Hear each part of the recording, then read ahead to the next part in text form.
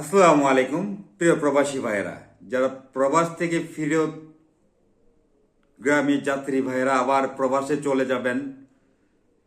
বিভিন্ন দেশে মার্কিন ঘাঁটি যেই দেশে আছে সেই দেশে ফ্লাইটগুলো কিন্তু বন্ধ করা হয়েছে, যেরকম কাতার, দুবাই, সৌদি আরব, কুয়েত, এই যেসব দেশে মার্কিন ঘাঁটিগুলো আছে সেসব দেশে কিন্তু সামরিকভাবে ফ্লাইট বন্ধ করা হয়েছে।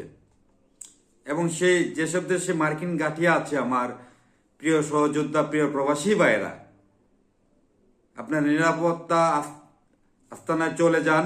আপনাদের জন্য দোয়া করি। সকল দেশবাসী আমার প্রবাসী ভাইদের জন্য দোয়া করছে।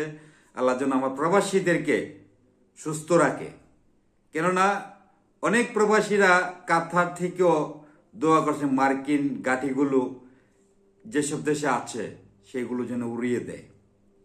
তারা কিন্তু মরণের বই করছে না। প্রবাসীরা থেকেও কিন্তু যে এই ঘাতকদের বিপক্ষে দোয়া করছেন, যে মানুষ কত ধৈর্যহীন হয়ে থাকলে যে দেশে বসবাস করে সেই দেশটাকে ধ্বংস করার জন্য দোয়া করছে। আমার প্রবাসী ভাইদেরকে যেন আল্লাহ যেন হেফাজত করে এবং ইসলামের পতাকা যেন ওড়ে, সেই দোয়াটা করি। আমার প্রিয় প্রবাসী ভাইয়েরা, আপনাদের জন্য, আপনার সারা বাংলাদেশের মানুষ যেসব দেশে মার্কিন ঘাঁটি আছে সেসব দেশে আমার বাংলাদেশি প্রিয় সহযোদ্ধারা আছে, সবার জন্য দোয়া করছে। এবং বিভিন্ন জায়গায় আমরাও পাড়ায় মহল্লা বা আত্মীয় স্বজন সবাইকে বলছি দোয়া করার জন্য, আমার প্রবাসী ভাইদের জন্য। আমার প্রবাসী ভাইরা যেসব দেশে এখন বর্তমানে যে যুদ্ধের লীলা খেলা চলছে, দিনের দিন এটা বেড়েই চলবে। যে আশা করা যাচ্ছে হয়তো এরকম হতেও পারে, বিশ্বযুদ্ধ কাছাকাছি চলে যাবে, সরাসরি যুদ্ধ চলে যাবে।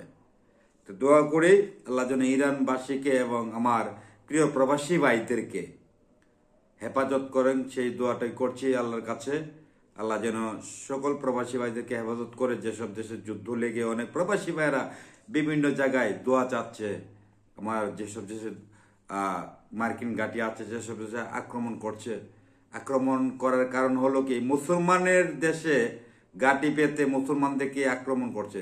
তো ইরাক থেকে কিন্তু মুসলমানদেরকে মারার জন্য না, যুক্তরাষ্ট্রের ঘাঁটিগুলোকে ধ্বংস করার জন্য।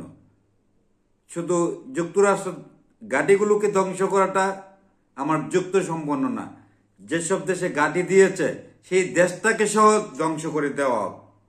ইরানবাসীদের জন্য দোয়া রইল। সারা বাংলাদেশের মানুষ ইরানের জন্য দোয়া করছে। আল্লাহ যেন ইরানবাসীকে শক্তিতে আরো ইমানের জোর যেন বাড়িয়ে দেয়। ইমানের জোর এবং একটি ইরান দেশ যাদের হুঙ্কারে সারা বিশ্বে কাঁপে, তাদের সাথে আজ ইসলামের এবং ইমানের লড়াই চলছে।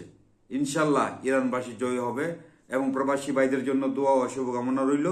আল্লাহ যেন সকল প্রবাসী ভাইদেরকে হেফাজত করে। আমিন। সবাই ভালো থাকবেন। আমি কাজী মুক্তাদির বিদায় নিলাম। আসসালামু আলাইকুম।